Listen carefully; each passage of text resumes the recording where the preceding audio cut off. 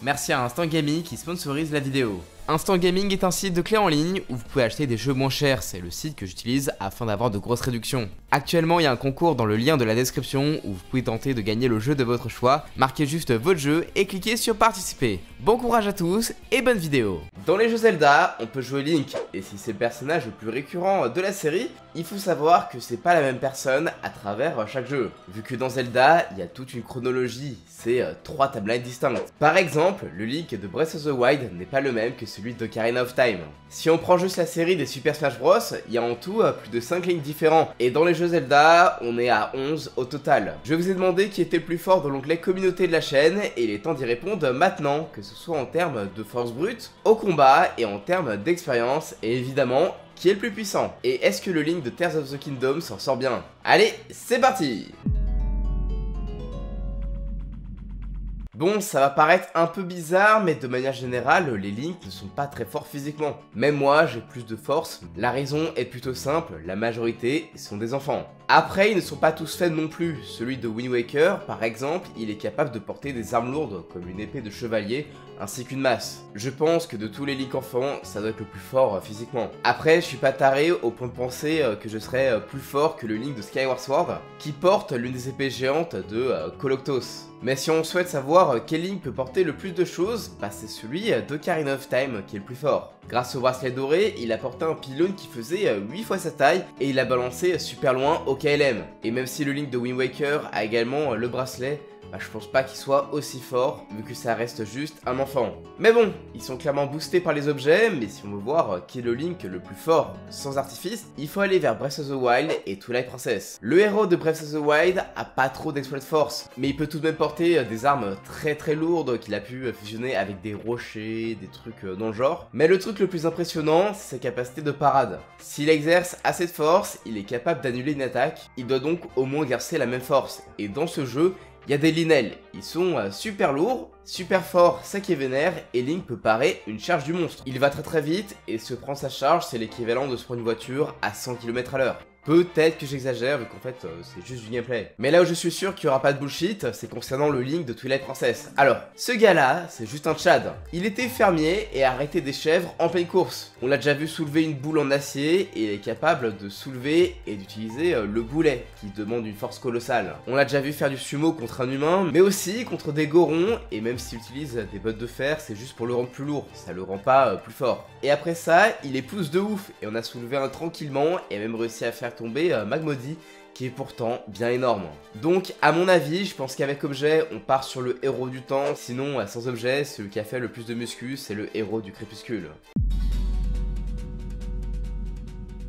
Bon, être fort et musclé, c'est très bien, mais moi j'ai envie de savoir qui est le plus résistant, et qui peut survivre le plus longtemps possible. Et pour ça, on va les juger sur leur capacité de soin et de leur résistance. Dans les jeux, quand on est dans la merde, le mieux c'est de manger ou de boire avec des potions par exemple, qu'on peut stocker dans des bouteilles. Et dans les Zelda classiques, le Link qui a le plus de bouteilles, c'est celui de Majora's Mask dans le remake sur 3DS, avec un total de 7, ce qui est juste énorme. Après pour le reste, si on parle de soins de manière un peu plus générale, je pense que le Link qui tiendrait le plus longtemps, c'est celui de Breath of the Wild. Même si les autres ont des potions, genre en théorie c'est un peu plus efficace, bah le dernier Link a des plats qui peuvent le renforcer, le rendre plus rapide et même plus fort en fait. Ouais, le mec il pratique de l'alchimie sans le savoir. Il peut avoir plus de 3 pages de plats préparés, sans compter toutes les fées et toute la bouffe qu'il peut choper dans la nature. Et il a également la grâce de Mipha qui lui régénère toute sa vie s'il tombe KO et il lui rajoute 5 cœurs temporaires. Et en plus, ce Link là a 30 cœurs alors que pour les autres, ils en ont 20 maximum. Ouais,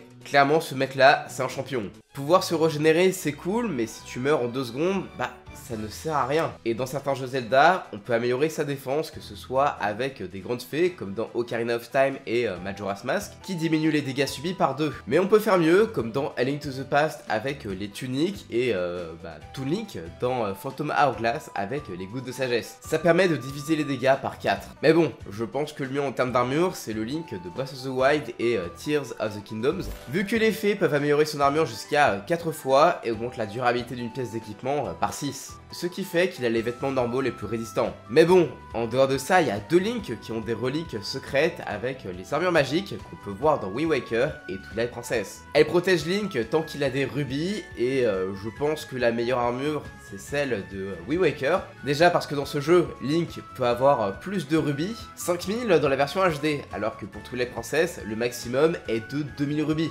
Et celle de Twilight Princess est moins efficace, tu perds des rubis à chaque seconde, ce qui n'est pas le cas de l'armure de Toon Link. Et si tu tombes à 0, tu marches super lentement comme si tu portais les bottes de plomb. Alors que dans Wind Waker, t'as juste aucun malus. Mais bref, à mon sens, pour moi, pour le côté de la résistance, je pense que ça se joue entre le Link de Wind Waker et celui de Breath of the Wild, vu que ce dernier a plein de repas et de potions pour sa survie. Sans compter que ses vêtements sont en théorie super résistants.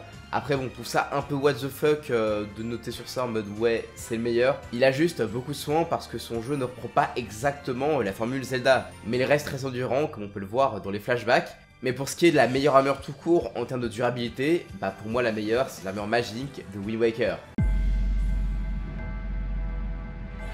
Bon, on a parlé de qui est plus fort et le plus résistant, mais il est temps de parler de qui est le meilleur au combat. Et pour moi, il y a quelques lignes qui s'en sortent mieux que les autres. On commence directement avec le héros de Skyward Sword, qui est un chevalier à la base. Il sait bien se battre, a pas mal de techniques, et c'est plutôt cool par rapport à la moyenne. Il s'en sort très bien, mais il reste inférieur à d'autres de ses confrères.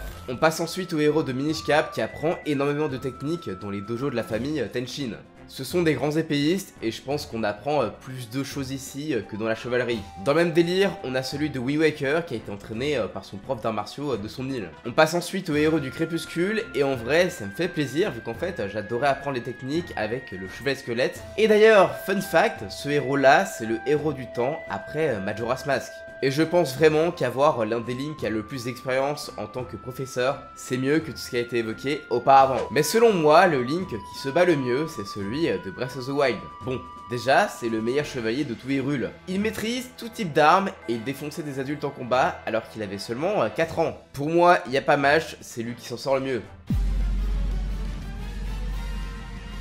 Il n'y a que 3 Link qui peuvent espérer avoir la première place. Bon déjà, vous pouvez oublier le héros de Twilight Princess. Il a beau être très fort physiquement et il est assez stylé, mais il a pas un arsenal assez puissant. C'est en effet l'un des rares Link à ne pas utiliser de magie. J'aime beaucoup le Link de Wind Waker, qui est vraiment fort avec son armure magique et ses flèches de lumière qui peuvent juste one-shot n'importe quel mob, mais il ne peut pas être dans le top puisqu'il n'a réussi à vaincre Ganondorf qu'en équipe, et sa puissance d'attaque est largement dépassée par de 3 champions. Commençons par le héros du temps et de son incarnation dans Majora's Mask. Déjà, en termes d'expérience, c'est la personne rêvée pour les recruteurs, vu qu'en fait, il a une expérience de fou dans un corps de 10 ans, vu qu'il a remonté le temps après ce qui s'est passé dans Ocarina of Time. En tant qu'enfant, il a un équipement basique assez standard, mais il possède tout de même les flèches élémentaires et sa résistance est doublée. Et comme j'ai déjà expliqué auparavant, c'est lui qui a le plus de bouteilles, donc il a accès au plus de son possible, en plus de la cuvée Romani qui lui donne de la magie en illimité pendant 3 jours. Ouais, c'est assez fort. Mais ce qui le rend impressionnant, c'est ses masques. Le masque du lapin lui permet d'être beaucoup plus rapide,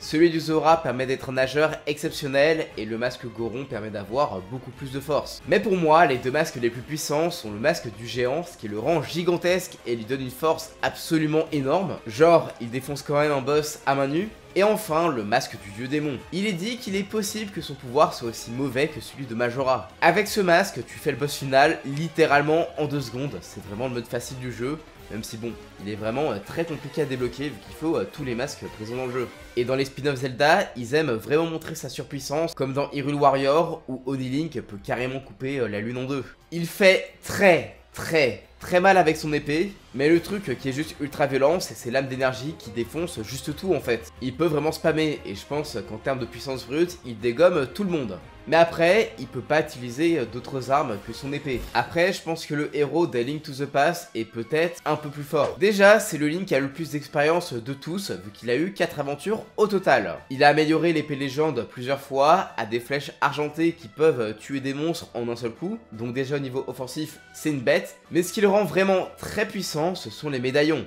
Ils permettent de faire des attaques de zone comme faire des explosions, invoquer de la foudre et faire des tremblements de terre. Et en plus, il peut être invisible et intangible grâce à la cape de magie. Je pense qu'il peut être tout aussi offensif que le Link dieu démon, et en plus, il peut faire des attaques de zone, ce que Oni Link ne peut pas faire. Et ce Link là a vaincu la forme la plus puissante de Ganon, vu qu'en fait, il avait la Triforce tout entière. Mais qu'en est-il du Link de Breath of the Wild? Déjà, je pense aisément qu'il est au moins au-dessus du Link de Wind Waker. Il est beaucoup plus fort même s'il n'a pas pas d'armure magique, et il est tellement endurant avec tous les cœurs et toute la bouffe qu'il peut accumuler, il peut vraiment tenir ultra longtemps. D'autant plus qu'on a déjà vu dans les flashbacks qu'il a défoncé des hordes de monstres où il y avait pas mal de linel, et dans un autre, il a dégommé plein de gardiens qui font partie des monstres les plus compliqués de la licence. Il a également les flèches archéoniques qui peuvent tuer un monstre en un seul coup. Genre, il le désintègre carrément. Link peut également se buffer avec divers plats ou en mettant juste une tenue spécifique. Et c'est sans parler des pouvoirs de la plate Sheikah, et le plus puissant d'entre tous, c'est de mettre un stase un ennemi pendant quelques secondes, ce qui est juste terrifiant. Genre, tu peux pas bouger et Link, il te tabasse.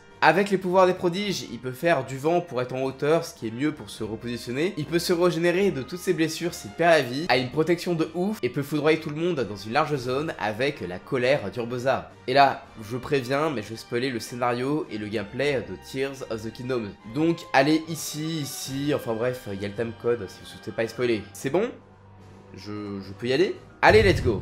Il faut savoir que Link a amélioré 2 fois l'épée de légende, une fois dans le DLC du premier jeu et une autre fois quand il l'a récupérée après qu'elle ait été brisée par Ganondorf. Et en théorie, elle a son level maximal. En plus de ça, Link peut renvoyer n'importe quel objet vers sa position de base avec rétrospective, qui est très utile pour le combat pour renvoyer les projectiles, même les plus gros. Sinon, il a accès au pouvoir des sages, il y en a 5 en tout, et leur avatar suivent Link et se battent avec lui. Parmi tous ses pouvoirs, il peut utiliser le bouclier d'eau de Sidon qui le protège et lui permet de relâcher toute l'eau sur l'ennemi, ce qui fait assez mal. Il peut utiliser Yunobo, un goron, comme un boulet de canon. Et même si les bourrasques de Babil sont plus utiles en termes d'exploration, le vent est tellement puissant qu'il fait tomber les ennemis. Il peut également faire tomber de la foudre sur un point très précis grâce à l'esprit de Riju. Et enfin, il existe un 5ème sage qui est juste un mecha customisable. Tu peux lui mettre tout ce que tu veux. Faut pas oublier que Link peut également faire des tremblements de terre et peut surtout invoquer toutes sortes de créations avec Duplicata. Que ce soit des pièges, des véhicules pour se déplacer ou encore des machines de guerre. Franchement, il peut tout faire et c'est juste effrayant. Genre le mec, s'il en a marre, il peut ramener un Megazord. C'est un truc de dingue quand même. Et en termes d'exploit, il a quand même battu Calamity Ganon et a vaincu la version la plus puissante de Ganondorf vue à ce jour. Alors je pense qu'en termes de puissance brute, le Link de Majora's Mask serait le plus puissant, mais les héros de Link to the Past et Tears of the Kingdom auraient tout de même l'équipement et l'expérience nécessaires pour le gérer. Donc pour moi, ça se joue entre ces trois-là. Même si bon, j'ai quand même une petite préférence pour le Oni Link. Et pour vous, qui est le Link le plus puissant? Et surtout, quel est votre préféré? Je vous avoue qu'en vrai, j'ai une petite préférence pour le Link Cartoon, vu qu'en fait, c'est le Link le plus expressif, ou encore celui de Twilight Princess, qui a juste un flow de bâtard en fait. Bref, dites-le moi en commentaire, abonnez-vous et partagez la vidéo, je vous dis à la prochaine, ciao!